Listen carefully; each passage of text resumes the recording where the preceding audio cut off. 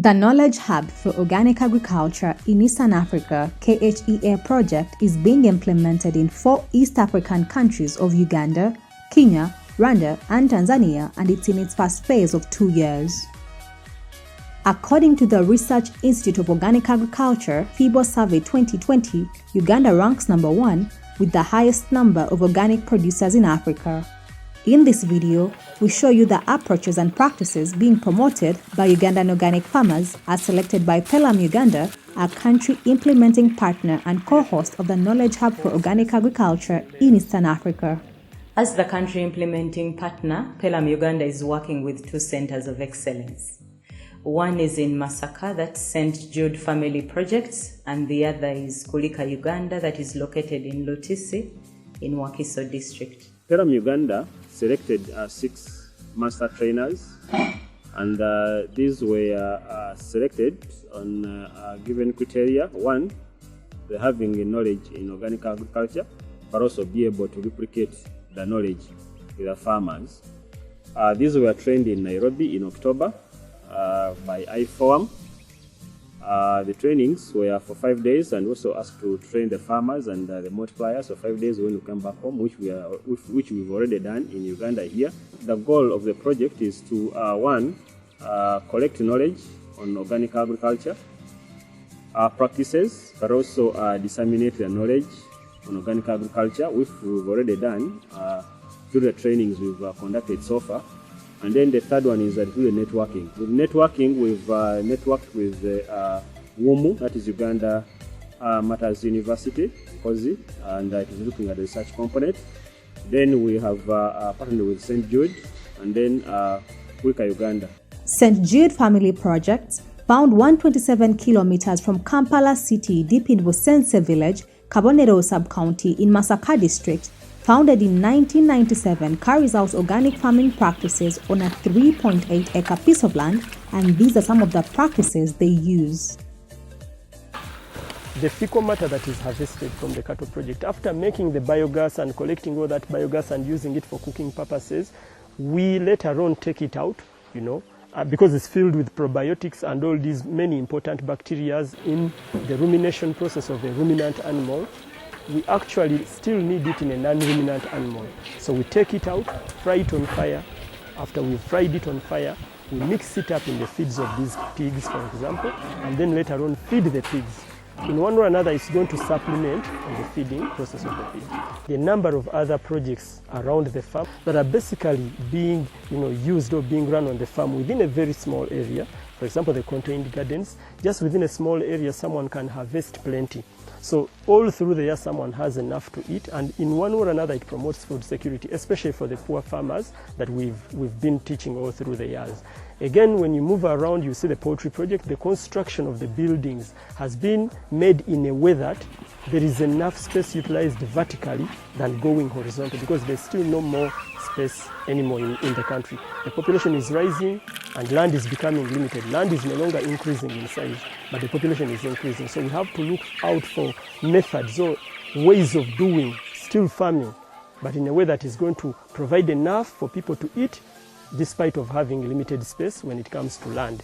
So the aquaculture project, the ponds we are having on the farm, we have those that are in containers, contained ponds, but again, so we have those natural ponds, which are basically dug in the swampy areas, and in one way or another, they are not affecting the environment, but rather promoting the health of the environment, or promoting the health of the macro and microorganisms within the environment itself.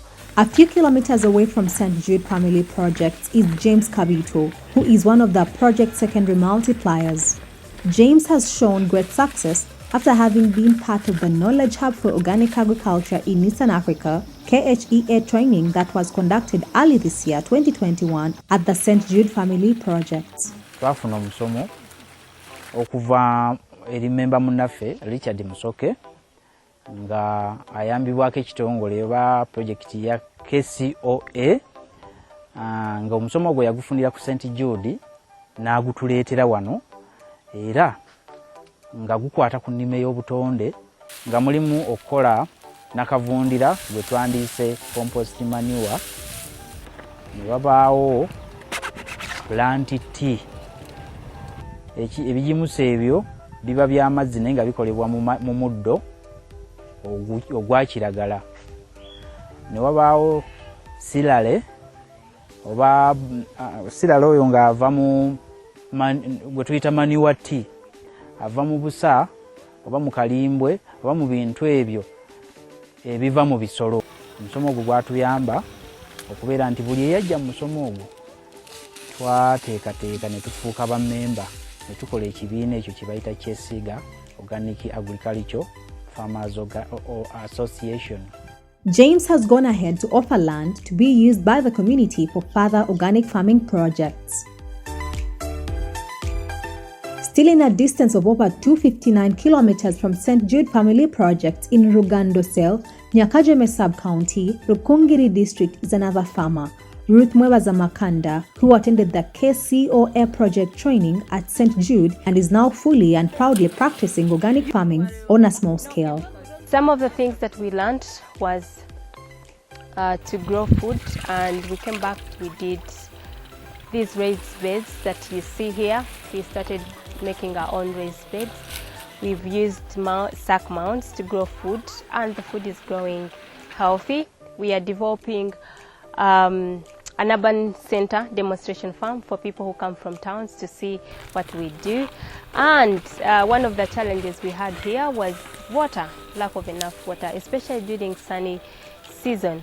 But because of the training and the exposure, we have decided to dig out our own underground water reservoir tank that's going to hold water, and we believe that water is going to supply us and feed this farm for the rest of the year. We now make our own manure. We do our bokash. That is something that we learned at St. Jude. So that has helped us. If you can look around, our vegetables look more healthy because of the manure that we are using now. But also what is interesting is that this is a community farm. It's a demonstration farm where people from the community can come and learn. We are open to the community. They can come and learn how to use small spaces like you've seen around and grow your own food, healthy food. So this training with KCOA has exposed us to so many things, and we believe in the next 1-2 years we are going to have a better farm. In addition to St. Jude Family Project, here is another center of excellence, Kulika Uganda, a non-governmental organization that has existed for over 30 years in Uganda, located in Lutisi Village, Namayumba Sub-County, Wakiso District. Florence Namulindwa Dumba, one of the KHEA project master trainers and also project manager at Kulika Uganda, presents some of the repellents and natural fertilizers they use on their farm. We collect urine from the rabbit, and of recently even I took a step of taking it to Kawanda to be tested to find the content of nitrogen. When you apply it, you know it smells also, it repels insects. So it's a multi-purpose. Apart from giving you or giving nutrients to your soil and plants, it also repels pests as well. Then also we have verminity, we have vermicompost, we have compost itself, we have biochar, we have bokash, we are using super magro, we have native microbes.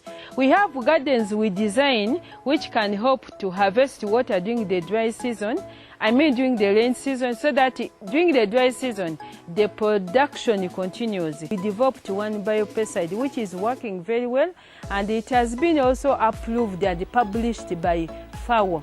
It is a biopesticide. The most active ingredient is called rotenone, and it's really good from Tephlosia. You just pick the leaves, you pound them, then you sieve, because you need to put in to create a pressure to spray. We've been spraying aphids, armyworms. One time we are in Mubende, we are working with a team of 100 groups of farmers, youth farmers. And then that is the time when there was outbreak of armyworm. I think you remember that time. It is really amazing that we just used our youth farmers, just used it a first year, and then you could see the armyworm dying. So what we are talking about, it is really cost effective. This kind of agriculture is cost effective, it is environmentally friendly and also socially just. In addition to those practices, PELUM Uganda also applies other measures as used by St. Jude family projects. As part of the project, we have so far trained 272 multipliers and 152 farmers, and we are proud of the results that are coming through. We are seeing an increased number of farmers embracing organic farming, and stories of change are being documented, and I'm sure this will enrich the knowledge platform. And we also strongly believe, that organic farming knowledge and practices will be widespread around Uganda by the end of the project.